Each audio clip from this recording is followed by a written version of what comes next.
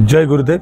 जय जगन्नाथ। आपण मानकर प्रिय कार्यक्रम मीमांसा ज्ञान विज्ञान और आधुनिकतार नुआ परिभाषा ए नियारा कार्यक्रम को मु शरणारविंद आपण मानक स्वागत करुचे। दर्शक बंधु प्रति अध्याय परि आज अध्याय मध्य आम सहित जोड़ी ही अछंती। प्रतिटी अध्याय आपण मानकर सकल शंका संशय संकट ये सबू को समाधान दवा पाई जितेबाला आम गोटे दैत्यवाद उपर ठिया होइछु सेतेबाला कौ मीमांसा आम जीवन पर आवश्यक से विषय जे तथ्य प्रदान करती से आउ कोई नुहंती रेकी मिशन प्रतिष्ठाता विज्ञानी गुरु श्री संत गुरुजी को प्रथमे स्वागत करवा। जय गुरुदेव। जय गुरुदेव। दर्शक बंधु विवाहर कथा आलोचना करू करू छाड़पत्र कथा को आसते एवं विवाहर गुरुत्व वैदिक रीति नीति शास्त्रीय प्रथा और परंपरा आदि को जितेबाला आम अनुशीलन कले सेतेबाला आम पहुँची जितेबाला कन्या पिता कहे मु कन्यार 10 दोष क्षमा करिवो। ये 10 दोष को नहीं गुरुजी ओल्लई 10 महाविद्या को अर्थात ये प्रति महाविद्या सहित जो अभाव बोध टिके जोड़ी होती प्रति महाविद्यार जो सामर्थ्यपण जदि से गुणर असामर्थ्यपण प्रकाश पाए चरित्रटे भितर कन्याटे भितर तबे 10 महाविद्या सूत्र आवश्यकता केते एई नयारे आमे 8 गोटी देवी विषय आलोचना कर सारिचे। गुरुजी आमे जीवा 10 महाविद्यार नवम देवी निकट को जहाँ आम चर्चा करुले जे छाड़पत्र भली जो सामाजिक व्याधि ये व्याधि कहीं दिन दिन बढ़ुची एवं आपको केमिति आम गोटे मीमांसा पहुँचा जहाँ को आम बदल पार समाज रे गोटे सुस्थ परिवारटे केमती गठन करें चर्चा करुले 10 दोष विषय रे जे केवल जे माँ मान दोषरु छाड़पत्र हुए ता नुहे किंतु आम विशेष भाव में चर्चा करुचे जे यही 10 महाविद्यार आवश्यकता माँ मान पाखे ये अच्छी गोटे परिवार को सरस सुंदर करी गढ़ी तोड़ार मुख्य जदि किए कार्य निर्वाह करें से हूँ मातृशक्ति बा माटे। तो से न्याय आम चर्चा करुले जे से पाखे कौन कौन गुणर आवश्यकता अच्छी एवं पर्यायक्रमे आम पहुँचे 10 महाविद्यार महाविद्या को जो आम कहे मातंगी बा जिते गुड़े कथा आम देखिले बा शिखिले जहाँ व्यक्तिगत भाव में गोटे समाज को गोटे परिवार को सुरक्षा कर रखा बंधन में बांधि रखापी ये सब विद्यार आवश्यकता अच्छी। ता सहित जे केवल स्वामी स्त्री संपर्क को नहीं परिवार गठन हुए ता नुहे संसार समस्त सहित संपर्क को सुदृढ़ करी जदि रखा जाए ताले छाड़पत्र भली जो सामाजिक व्याधि से व्याधि आम मुक्ति पाई परिबा। सेतिपई आवश्यक कले आम मातंगी विद्या बा मातंगी ठारू जो शिक्षा आम लाभ करुचे जो महाविद्या आम लाभ करुचे से विषय रे चर्चा करवा। मातंगी आम कहूचे जे नील सरस्वती बा विद्यार अधिष्ठात्री देवी बा विद्या आवश्यक निहाती माटी पाई विद्या को विद्या आम जो माँ कालींकर कथा कहते से कलार कथा कहते से समय ज्ञानर कथा कहते यह विद्यार प्रतीक। तो मातंगी को जो प्रतिनिधित्व करुछंती जो महाविद्या को से महाविद्या होचे ब्रह्म विद्या बा गोटे परिवार को चलैबा पाई हेले केवल जे सामाजिक ज्ञान सामाजिक विद्या आवश्यक अच्छी ता नुहे ब्रह्म ज्ञान बा ब्रह्म विद्यार मध्य आवश्यकता अच्छी। तो प्रत्येक माँ भितर जदि निजस्व धर्म प्रति थिबा ज्ञान एवं ब्रह्मर स्वरूप को जानिबा थिबा जिज्ञासा एवं शास्त्र रे रुचि रुहे ताहले परिवारटी सुस्थ भाव में गठन हो पारिबो। आम शास्त्र कथा कहीं कहूचे जे शास्त्र मूल लक्ष्य होची जे आत्मशासित करवा शासित इति शास्त्र बा निजे केमती आत्मशासित ही रहिबा सेतिपई जो संविधान तैयारी हला से संविधान को आम शास्त्र बोली कहले एवं शास्त्र रे जो चरित्र गुड़िक वर्णना करा जाइछि बा जो नीति नियमर कथा वर्णना करा जाइछि जदि से नीति नियम को अनुसरण करे जने माँ ताले परिवार भितर कौनसी प्रकार मतांतर बा मनांतर देखादेव ना कारण आम छाड़पत्र मूल कारण देखुचे कौन जे जो मतांतर सृष्टि होची बा मनांतर सृष्टि होची सेठी छाड़पत्र होची। छाड़पत्र बा जो डिवोर्स आम कहूँ साधारण हूँ स्वामी स्त्री भितर किंतु कारण अनेक गुड़िए ता भितर अच्छी जे केवल जे स्वामी स्त्री भितर मतांतर मनांतर हो छाड़पत्र होता नुहे परिवार रे अनेक व्यक्ति मानकर जितेबाला प्रवेश आसूची गोटे संपर्क भितर से छाड़पत्र होची। तो जिते ये महाविद्या मातंगी शिक्षा पाउथिबा महाविद्यार अधिकारिणी माटी हुए सेतबेले तार आचरण एवं उच्चारण उभय भितर शुद्धता देखा दिए जे केवल जे आचरण शुद्धता हेले गोटे परिवार को बांधी रखी हब ता मध्य सठिक नुहे उच्चारण रे मध्य शुद्धता आसीबो एवं उच्चारण शुद्धता केतबेले आसीबो जेतबेले जणे माँ ब्रह्म ज्ञानी हिथिबो बा भगवत चेतना ता भितरे उद्रेक हिथिबो से ता मोर मन भितरे गोटे धार्मिक भावना थिबो सेतबेले तार उच्चारण शुद्धि आसीबो एवं उच्चारण एवं आचरण शुद्धि द्वारा केवल जे निज भितर शुद्धता आनिब ता नुहे जो भविष्यत गुड़िक उभयों द्वारा सृष्टि होता से भविष्यत भितर मध्य उच्चारण और आचरण शुद्धता परिलक्षित हम। तेणु जो महाविद्या कथा आम कहूचे महाविद्यारू जो जो विद्या आमको शिखा मिलूँ ताकू जदि आम निहाती भाव में शिक्षा लाभ करूँ तेबे ये जो छाड़पत्र कथा कहूचे दश दोषर कथा कहूचे आम दोष जितेबाला साधारण भाव में दोष बोली शब्द उच्चारण करुचे आम भावुचे त्रुटि किंतु ये दोष कहुच्छी गुण रहित बा दोष गुण सहित जड़ित अच्छी जितेबाला गुण होची सगुण होची जितेबाला गुण नाही सेतेबाला आम कहूचे जे यहाँ दोषयुक्त। तेणु गुण गुड़िक जदि रहे माँ मानक पाखरे बा माँ माने जदि गुणी हुअन्ति ताले परिवार रे छाड़पत्र तो गोटे बड़ कथा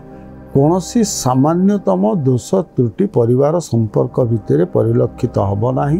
एवं गोटे सुस्थ परिवार निहाती भाव में गठन कर। दर्शक बंधु आपण मैंने जानूले किभली भाव में मातंगींकर संपर्क रही ब्रह्म विद्या सहित एवं मातंगींकर कु कु गुण जहाँ एक नारी भितर नारीत्व को परिपूर्ण करे एवं ता परिवार को विभाजन मुक्त रखे ये सब को नहीं आलोचना आहरी जारी रही कौन माँ मान मातंगी अर्थात भी साधिकार स्वरूप रहा दरकार से साधना जानी दरकार साधिका होता दरकार जेणु मातंगी ब्रह्म विद्या तेणु माटी आध्यात्मिक ज्ञान संपन्न हवा निहाती दरकार। साधारण भाव में ये गोटे खूब सुंदर प्रश्न जे आम जो ब्रह्म विद्या कथा कहूचे से शब्द आम गोटे जटिलतम प्रदेश को प्रवेश कर जो आम ब्रह्म कथा कहूचे आम भावुचे गोटे आध्यात्मिक चेतनार कथा साधनार कथा बाबाजी साधुसंतर कथा सिद्धिर कथा जहाँ नुहे ब्रह्म अर्थ ये कहूँ जे निज उपरे पकई चिंता करवा जमती आम साधारण भाव में कहूँ जे तोते एमती कष्ट होते तू कौन करतु तो एमती परिस्थिति आसते तू कौन करतु तू जदि यही स्थान में था तू कौन करतु। तेणु ब्रह्मर कथा कहूँ जे स्वयं को जानिबार विद्या बा एमिति भाव में से जड़ित हवा दरकार परिवार भितर प्रत्येक मुहूर्त चिंतन आसवा दरकार जे जदि मते कहीं जड़े एमिति कही थांते बा मु ए परिस्थिति रे थिले मु अन्यठू कौ प्रकार व्यवहार आशा करुची ये ज्ञान थिबा दरकार। ये हूँ ब्रह्म ज्ञान बा ब्रह्म आम क्या कहूचे ना शरीर भितर थिबा आत्मा को ब्रह्म कहूचे। जो ब्रह्मर कथा कहूचे विराट स्वरूप बा आध्यात्मिक चेतना को आम जाऊने भगवत चेतनार कथा कह जाऊनी निज को चिन्हवा बा निज उपरे सबु कथा पकई जितेबाला आम निर्णय नवा शिखिबू ताहा ब्रह्म विद्या एवं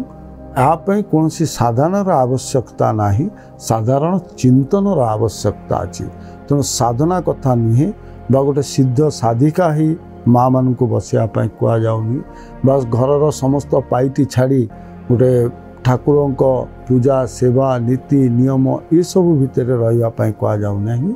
सब कहुचे आत्मचिंतन करने बा आत्मा को जितेबाला आम चिंतन करूँ आत्मा हूँ ब्रह्म स्वरूप बा ब्रह्म। तेणु जितेबाला आत्मा विषय आम चिंता करुचे सेतबेले ब्रह्म सहित आमर संपर्क होची ब्रह्म सहित हमको ब्रह्म ज्ञानर प्राप्ति होची। ତେଣୁ ସେଥିପାଇଁ କୁହାଯାଉଛି ଯେ ବ୍ରହ୍ମଜ୍ଞାନୀ ବା ପରିବାର କଥା ଚିନ୍ତା କରିବା ପୂର୍ବରୁ ପ୍ରଥମେ ନିଜକୁ ନିଜେ ଚିହ୍ନିବାର ନିହାତି ଆବଶ୍ୟକ ଅଛି ବା ଆତ୍ମସଚେତନ ହେବାର ଆବଶ୍ୟକ ଅଛି, ଆତ୍ମଚିନ୍ତନର ଆବଶ୍ୟକତା ଅଛି ଏବଂ ଆତ୍ମାକୁ ଜାଣିବାର ଯେଉଁ ବିଦ୍ୟା ସେ ବିଦ୍ୟା ମା'ମାନଙ୍କ ପାଖରେ ରହିବା ନିହାତି ଆବଶ୍ୟକ। ଦର୍ଶକ ବନ୍ଧୁ, ମାତଙ୍ଗୀଙ୍କ ସହିତ କିଭଳି ଭାବରେ ବ୍ରହ୍ମବିଦ୍ୟା ଯୋଡ଼ି ହୋଇଛି ଆମେ ଏ ବିଷୟରେ ଆଲୋଚନା କରୁଥିଲେ ଏବଂ ବ୍ରହ୍ମବିଦ୍ୟା ପ୍ରକୃତରେ କାହାକୁ କହନ୍ତି? ଏହା ଏକ ଗହନ ବିଦ୍ୟା ନୁହଁ ଅବା ଆଧ୍ୟାତ୍ମିକ ଜଗତର ଉତ୍ତରଣ ପାଇଁ ଆବଶ୍ୟକ ହେଉଥିବା ଗୋଟେ କଠୋର ଆଉ କଠିନ ଆଧ୍ୟାତ୍ମିକ ପାଠ ନୁହଁ, ବରଂ ଗୁରୁଜୀ ଏହାକୁ ଖୁବ୍ ସହଜ ଭାବରେ ବୁଝେଇ ଦେଇଛନ୍ତି। ଗୁରୁଜୀ ମାତଙ୍ଗୀଙ୍କ ପରେ ଆସିଛନ୍ତି କମଳା, ନା ମାତଙ୍ଗୀଙ୍କ ବିଷୟରେ ଆଉ କିଛି କହିବାର ଅଛି ଆପଣଙ୍କର? ଯେ ଆମେ ଯେତେବେଳେ ବିଦ୍ୟାର କଥା କହୁଛେ ଅତି ସାଧାରଣ ଏବଂ ସହଜ ଭାବରେ ବିଦ୍ୟା କଥା କହିବା, ଯାହାକୁ ମା' ମାନେ ନିଜସ୍ୱ ଜୀବନରେ ପ୍ରତିପାଦିତ କରିପାରିବେ।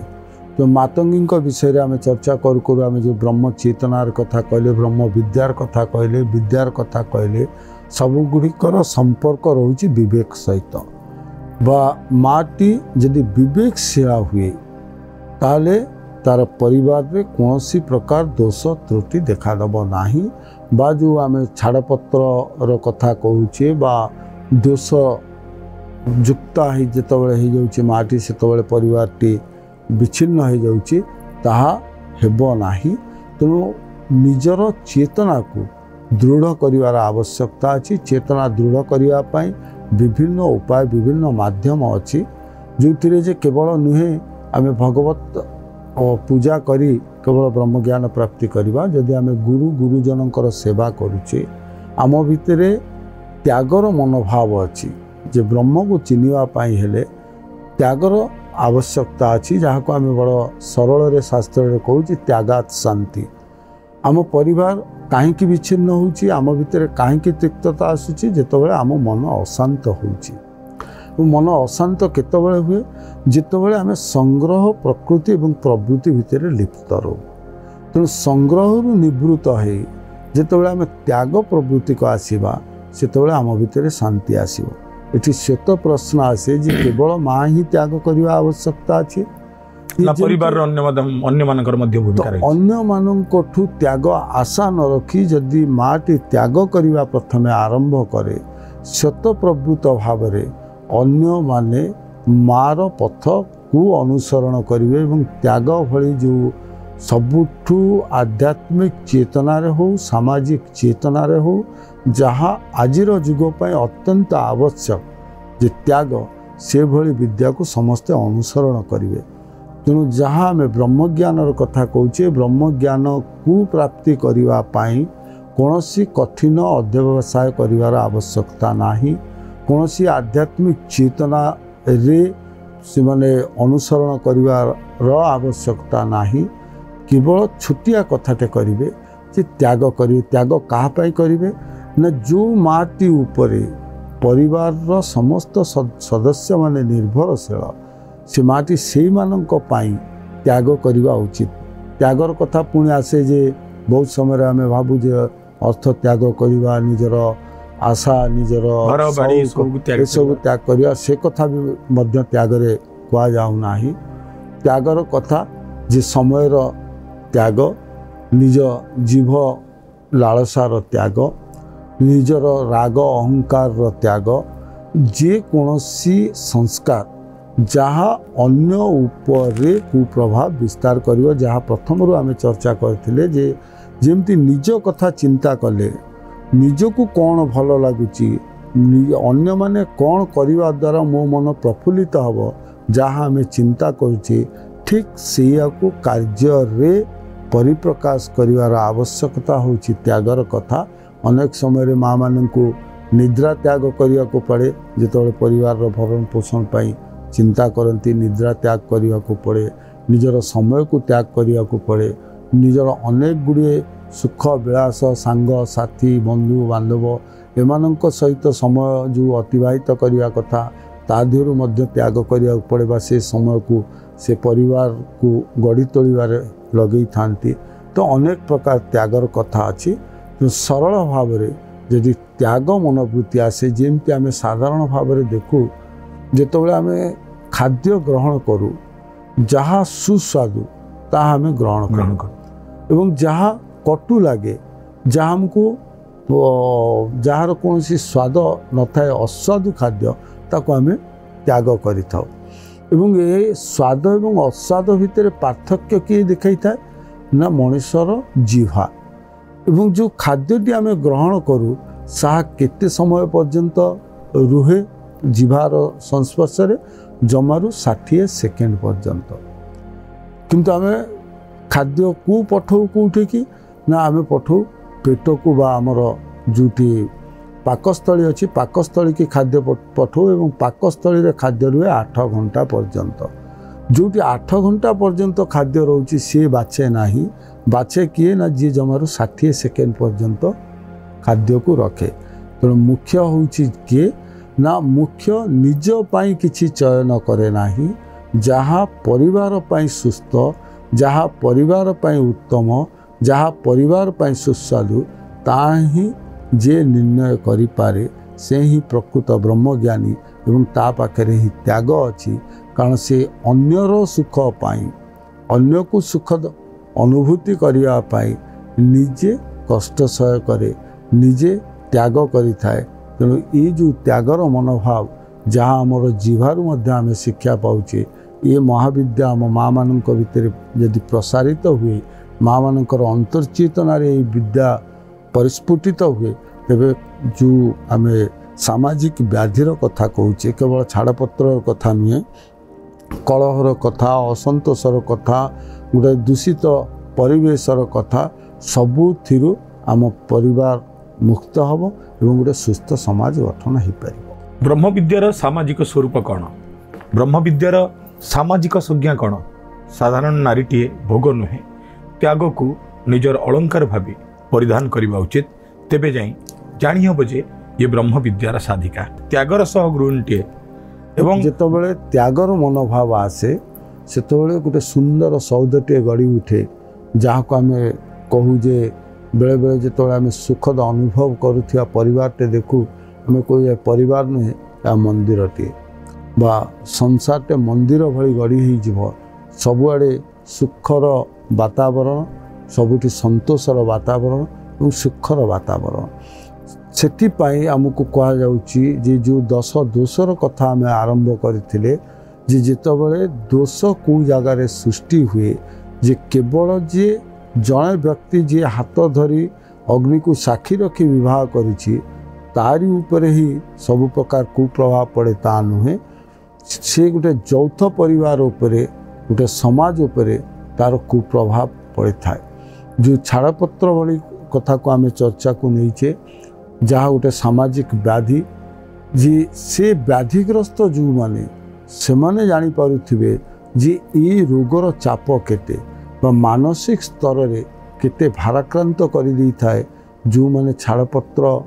को सपक्ष रे जाउछन्दी बा कोनोसी परिस्थिति बा परिवेश रे पड़ी से माननको त्यागपत्र देवा को पड़ुची ताहा केते कष्टकर कथा एवं ये व्याधि मुक्ति पाइबा पाई केवल जे माँ माने सहिष्णु हेबे बा माँ मानकर कार्य अच्छी ता नुहे उभय पक्ष देखिबा दरकार किंतु जे हेतु आमे चर्चा एथिपाई करुचे जे मुख्य कारक